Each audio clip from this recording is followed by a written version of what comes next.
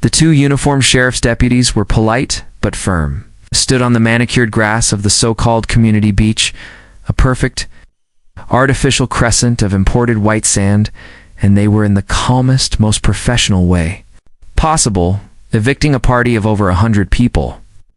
My neighbors. "Ma'am, sir," the lead deputy was saying, his voice a calm, authoritative presence that cut through the shocked silence. "As we've explained, this entire area, including the beach, the dock, and the lake itself, is the certified private property of Mr. Franklin. He has asked that everyone vacate the premises. You have 5 minutes to collect your personal belongings and clear the area." At the center of this beautiful, unfolding chaos stood Brenda, the president of the Azure Springs Homeowners Association.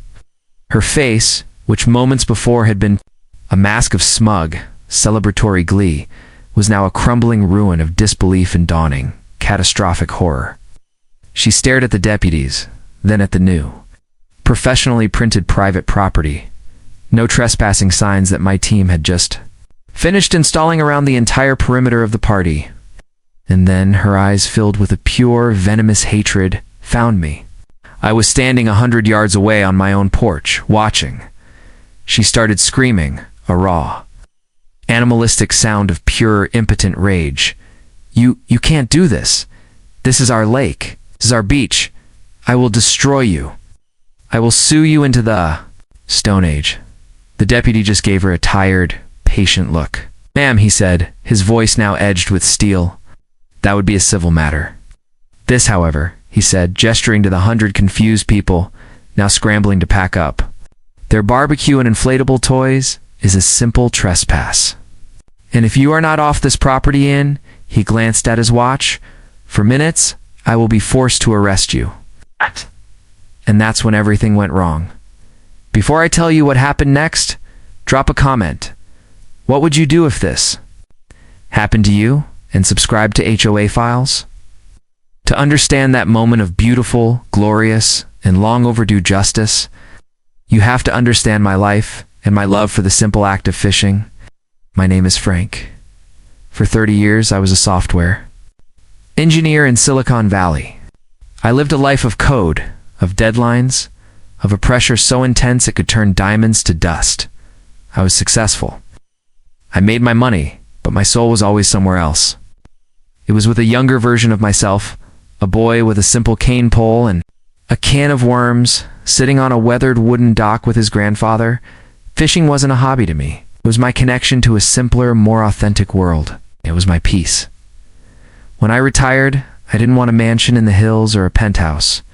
In the city, I wanted to go back to that feeling. I spent a year searching for the perfect property, and then I found it. It was a unicorn. A modest, comfortable, 2-bedroom house on a massive 55-acre parcel of land. And the centerpiece of that land, the thing that made my heart stop the first time I saw it, was a pristine 50-acre, spring-fed private lake. The property was an inholding, a beautiful, historic piece of land that had been in one family for a century and was now completely surrounded by a new, upscale development called Azure Springs. But the property itself and the lake were not part of their HOA. I had my lawyers do a title search that went back to the original land grant. The ownership was ironclad. I bought it in cash, and I looked forward to a quiet life of solitude and fishing. The queen of the surrounding kingdom, and the woman who would soon become the bane of my existence, was the HOA president, Brenda. Brenda was a former investment banker, a woman who saw the world not as a place of beauty, but as a collection of assets to be managed and monetic. Our first interaction was on the day I moved in. She didn't come to welcome me, she came to assess me. She gave my simple, comfortable house a disdainful look, and then turned her gaze to the magnificent, unspoiled lake. "I'm Brenda," she'd announced, her voice dripping with a kind of predatory friendliness. "The president of the association. We are all so thrilled that this parcel is finally in the hands of someone with resources. The previous owners let it go to waste. We have some very exciting plans to develop the lake into a real revenue-generating asset for the community. We'll be in touch." I was stunned.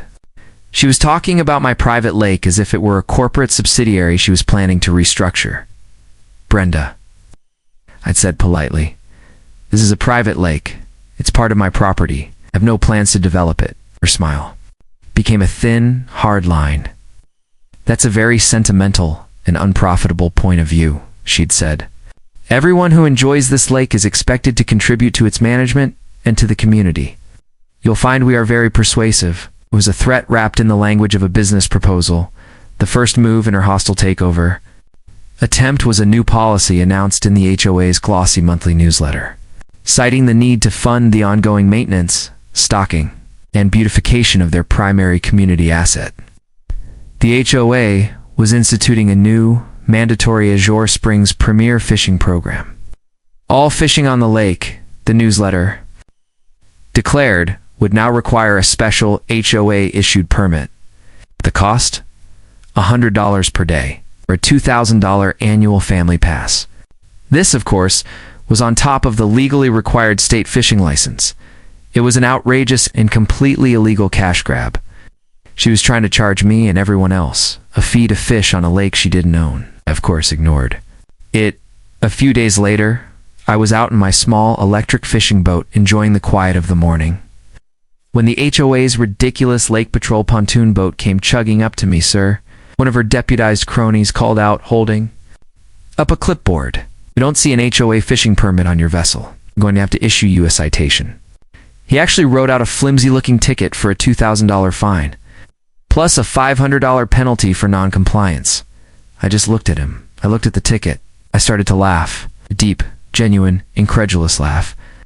I tore the ticket into tiny little pieces and let them flutter into the water like confetti. Son, I said, my voice full of a calm amusement. He clearly didn't understand. You are on my private property. You are harassing the owner. Get off my lake. The story of my defiance, of course, got back to Brenda immediately, and she was not amused. The legal threats started the next day. A thick, intimidating envelope arrived from the HOA's high-powered law firm. It was a formal demand for the payment of the now $2,000-5-100 fine, and it informed me that if the fine was not paid within 10 days, the HOA would place a lien on my house. The amusement I had felt was gone, replaced by a cold, hard anger. This was a serious, though completely baseless, legal threat. I hired my own lawyer, a man who was one of the best property rights attorneys in the state. We sent back a blistering 10-page letter. It included a certified copy of my original, incontestable deed to the lake and the land beneath it. It informed them, in no uncertain terms, that their attempt to regulate and charge for access to my private property was illegal, and that any attempt to place a lien on my home would be met with a massive lawsuit for malicious prosecution and slander of title. A rational person. A normal HOA board, when presented with the undeniable legal proof that they did not, in fact, own the lake they were trying to control, would have backed down. They would have apologized. It would have retreated in shame, but Brenda was not. A rational person. She was a tyrant whose authority had been challenged, and she responded by doubling down on the lie. She sent out a community-wide email, a masterpiece of manipulative propaganda. It was titled, "An Urgent Update Regarding Our Community's Lake." In it, she claimed that a hostile, out-of-state interloper me was attempting to steal our beautiful community lake using fraudulent forged documents. She painted herself as the brave warrior, the noble president, standing up to the evil outsider who was trying to take away their most precious amenity. She was trying to turn the entire neighborhood against me, to create a narrative where she was the hero and I was the villain. And then came the final confrontation. The one that pushed me from a defensive posture into a full-blown strategic counteroffensive. I was fishing for my own private dock, a 70-year-old structure of weathered wood that was as much a part of this land as the trees. Brenda, who must have been watching my house with binoculars, saw me, and she had a complete and very public meltdown. She came storming down to her own, much newer and much gaudier community dock, her phone already in her hand. "I see you," she shrieked across the water, her voice echoing in the quiet afternoon. "You are stealing. I am calling the police. I am reporting a theft in progress." And she did.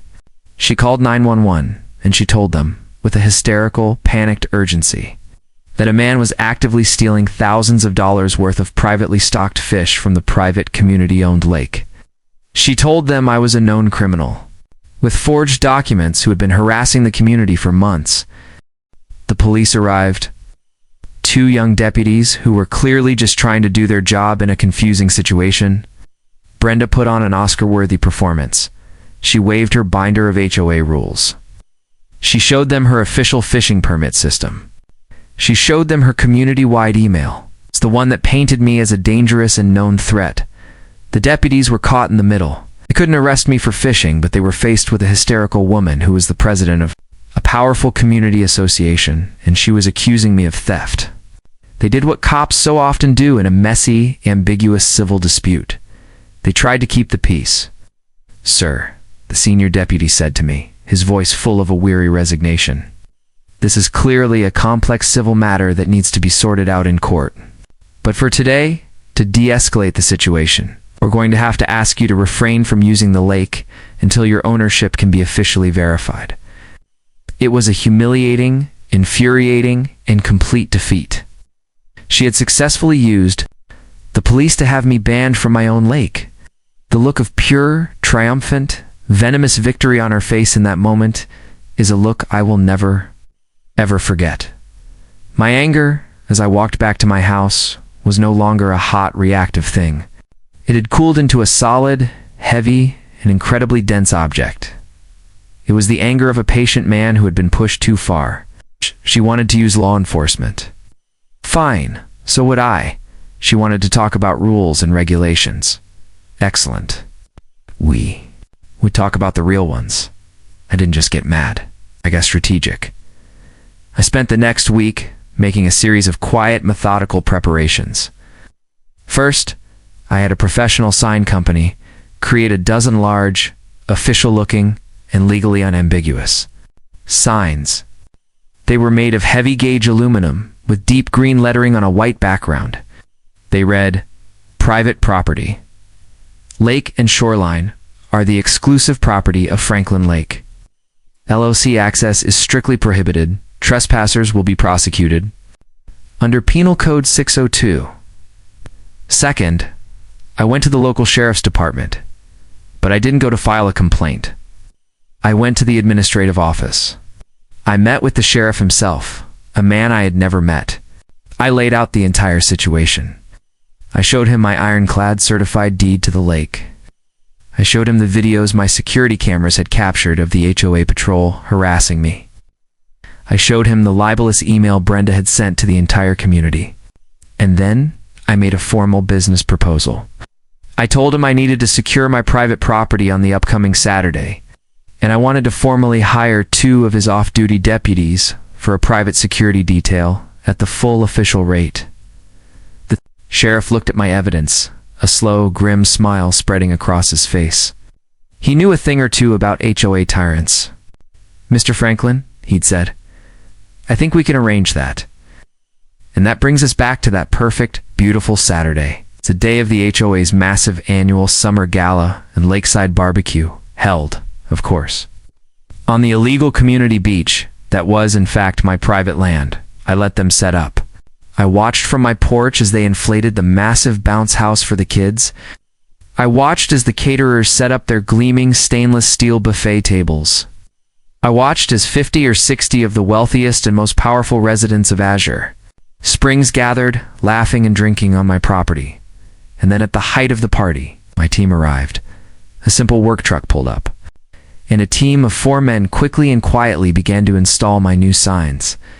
Every 50 feet, in a wide enclosing perimeter around the entire party, and then the 2 uniformed off-duty deputies I had hired walked onto the beach. They were the picture of calm, professional authority.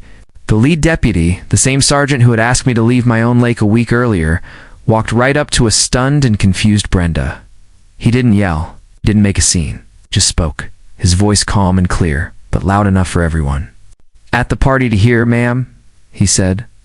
And ladies and gentlemen, I have been hired by the legal owner of this property, Mr. Frank Franklin, to inform you all that you are currently trespassing on his private land.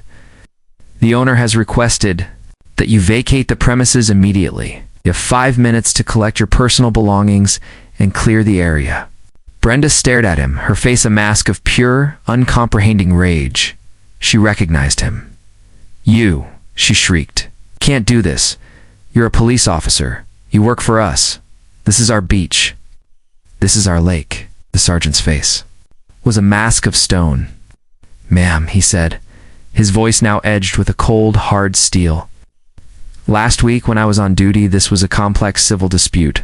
In the interim, the owner, Mr. Franklin, has provided my department and the county with certified, incontrovertible, and legally unimpeachable proof of his ownership of this land and of the lake itself.